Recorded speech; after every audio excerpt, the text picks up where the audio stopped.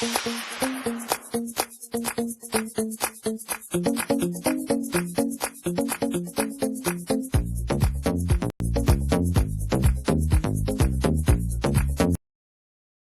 Davies found his Welsh roots beset by scandal, and who do you think you are? Review. Greg Davies was born in Wales, his late father made sure of that, but grew up in England, ignorant of his paternal heritage. So over the border he went, and who do you think you are? BBC One.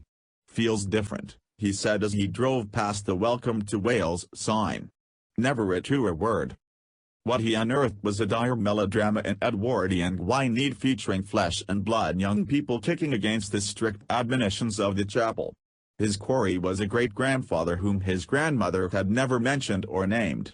What he found in and around Porthmadog was children conceived on the wrong side of the bed, drunkenness, debt, prison, and barefaced lies on public documents.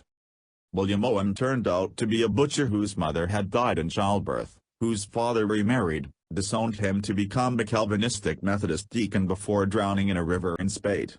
William sired Davies's grandmother, and another daughter, without first having taken the precaution of marrying their mother. Drunk, destitute and threatened with prison for failing to pay maintenance, he fled south and never saw his two daughters again. Remarkably, Davies met William's youngest daughter by the marriage he made in the Rhondda. Davies missed a trick in not asking more about him, but established that he was not much fun to be with. Davies could have done with the translator as he stood before his great-grandfather's grave. The headstone, dripping in sarcasm, read "An Wilbrid," meaning beloved husband. This was a story about place, and the people within it.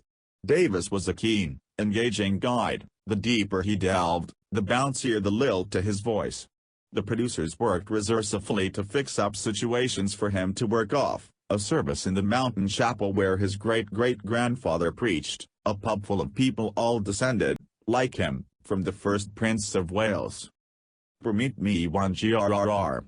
Sherry Long I is a fine narrator, but where, when you need it, is the BBC pronunciation unit? Does it even exist?